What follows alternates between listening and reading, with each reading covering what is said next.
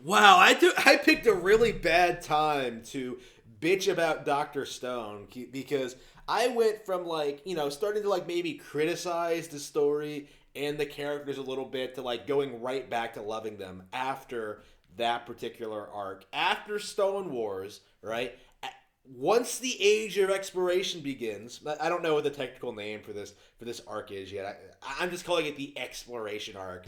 Like once this begins, we start getting back into like evolving into the next stage of Doctor Stone, right? Just crazy ass bullshit with with an interesting premise, an interesting evolution of things we've already seen before, and an actual usage of these characters. Like I can't even begin. I cannot even begin to tell you just how much I appreciate how they're utilizing characters like Kohaku and Jinro and Suika in this new arc. Like it's handled so well because and they even have like a pretty good justification why older characters like Ruri aren't really relevant anymore. So yeah,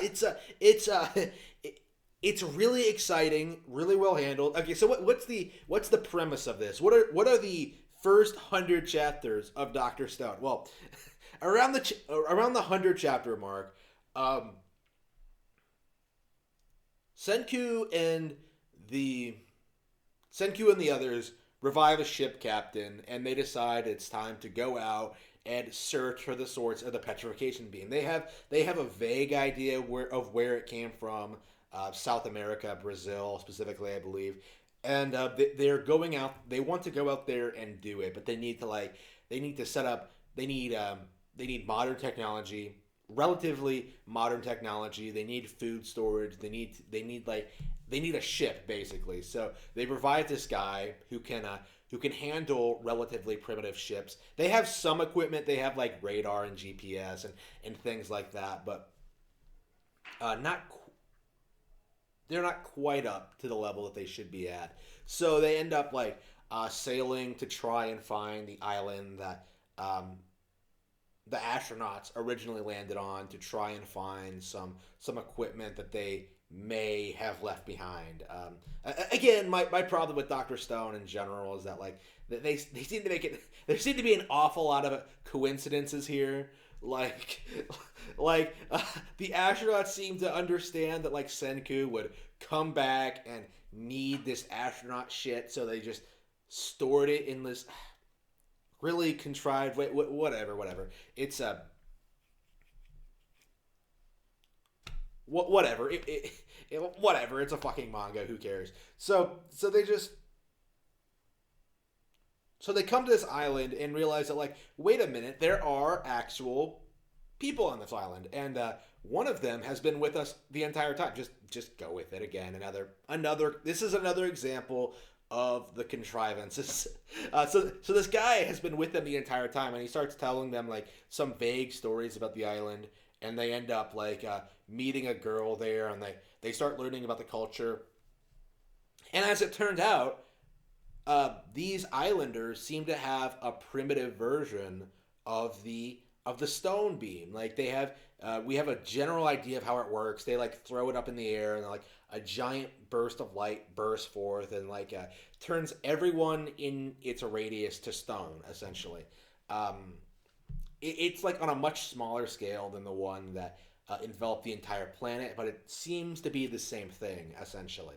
Um, so they actually managed to get most of the members of the crew, leaving only like Senku, Jen, Kohaku, Suika, and Soyuz alive. So they essentially have to like work together to try and uncover the secret behind the weapon, behind the Islanders, and to overthrow like their master, who I still haven't seen yet, and I really wish I have read ahead.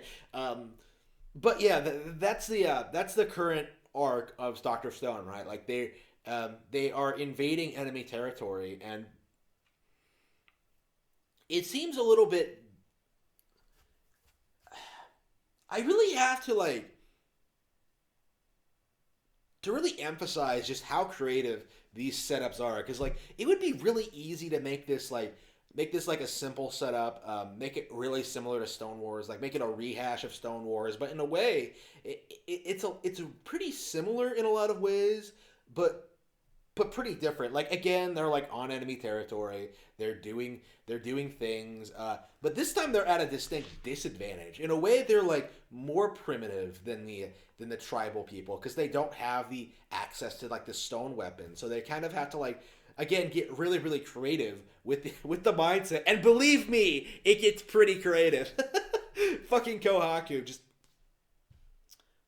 they have to get pretty creative to like get access to the weapon, to know more about the master, to know more about the goings on at this island. Like it's great shit. Like it is legit. Like making me excited about the story again. To be fair, like I really wasn't like there was never really a point where I was like unexcited about the future of Doctor Stone. The thing is, like at the end of Stone Wars, I was kind of getting worried that like is this it? Is this like has Doctor Stone peaked? But no.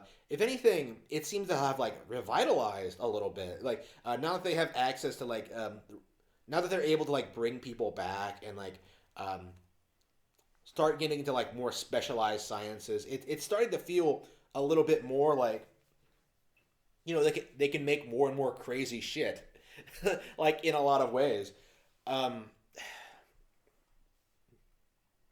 and it's making leading it to like more and more crazy elaborate situations that honestly feel better than early Doctor Stone.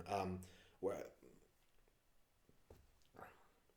again, I suppose I'll always be a kind of a little disappointed by how this played out. This is going to be something I imagine at this point I'm always going to be a fan of Doctor Stone. Probably one of my it's probably going to go on to be one of my favorite sci-fi properties ever.